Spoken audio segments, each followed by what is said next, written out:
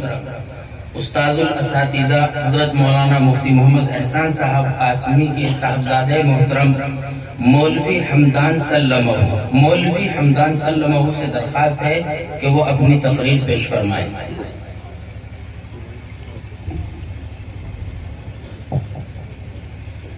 الحمد لله حمدا كثيرا والصلاة والسلام على النبي الذي أرسل إلى كافة الناس بشيرا ونذيرا وعلى آله وصحبه الذين اتبعوه وإن كان يسيرا، وبعد، فأعوذ بالله من الشيطان الرجيم. بسم الله الرحمن الرحيم. إنك لعلى خلق عظيم. وقال النبي المعلم صلى الله عليه وسلم: إن من أكمل المؤمنين إيمانا أحسنهم خلقا. سامعین بس، عادت اللہ جاری ہے کہ ایک مرد عورت کے باہمی ارتباط سے نسل انسانی کو فروغ ملتا ہے، فرد سے افراد وجود پاتے ہیں۔ وَبَثَّ مِنْهُمَا رِجَالًا كَثِيرًا وَنِسَاءً، پھر ایک گھرانے سے خاندان اور اس سے ایک معاشرہ جنم لیتا ہے۔ خلوتوں کے بندھنوں سے نکل کر جلوتوں کی بہاروں میں آتے ہی طبائع کا اختلاف متصادم ہونا شروع ہو جاتا ہے اور انسانی معاشرہ پراگندگی بلکہ بسا اوقات اس سے 4 قدم آگے درندگی کا شکار ہو جاتا ہے۔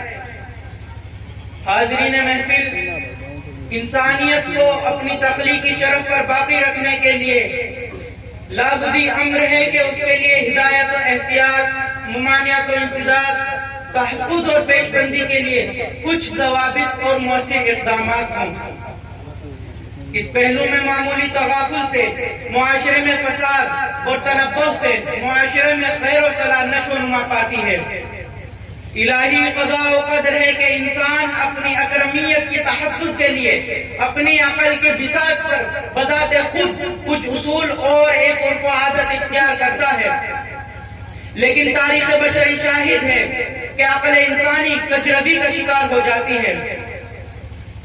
اسے اپنے مستحق عروج کو حاصل کرنے کے لیے خالق علام کی طرف سے رسالت و وحی کی ضرورت ہوتی ہے، جس کے لیے اللہ تعالیٰ نے انبیاء علیہ السلام اور آخر میں امام الانبیاء نبی اکرم رسول اللہ صلی اللہ علیہ وسلم کو بعثت سے سرفراز فرمایا ہے۔ سامعین باتمکین، ہم بفضل SD محمد رسول اللہ صلی اللہ علیہ وسلم کے امتی ہیں، اور ہمارا وصف قرآن مقدس کی زبان میں یہ ہے کہ كنتم خير أمة أخرجت للناس تأمرون بالمعروف وتنهون عن المنكر۔ آپ کا وجود بھلائیوں کو عام کرنے اور برائیوں کو روکنے کے لیے ہے۔ اس فریضے سے عہدہ برآں ہونے کے لیے صفات تقوی سے اتصال کے ساتھ علوم رسالت میں متباحر ایک جماعت علماء کا ہر دور میں ہونا لازمی امر ہے، اور اس کے ساتھ عامت الناس میں خوف الہی کے ساتھ اخلاق حسنہ سے مسلح ہونا بھی ضروری ہے۔ امت کے عروج و زوال میں ہر دو امور کا ایک مؤثر کردار ہے، تاہم آپ کو معلوم ہے طوفان ہے خاموش اور موجوں میں نہیں جوش۔ حاضرین محفل،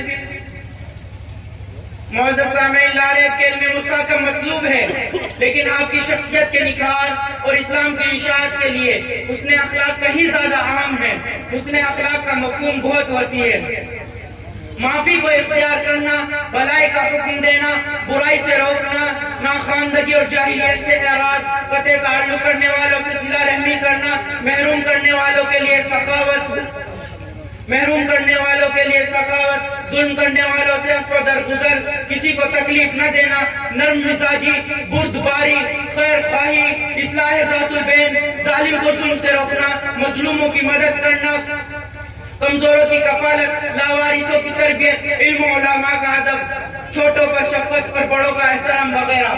الغرض، حسن اخلاق زندگی کے ہر میدان میں شائستگی اختیار کرنے کا نام ہے، اور یہ کبر و نخوت کے ساتھ کبھی حاصل نہیں ہو سکتا۔ اس کے لیے تواضع مطلوب و مقصود ہے۔ نرم دم گفتگو، گرم دم جستجو، نرم دم گفتگو کرم دم جستجو، رزم ہو یا بزم ہو، پاک بجلو پاک باز، وآخر دعوانا الحمدللہ رب العالمین.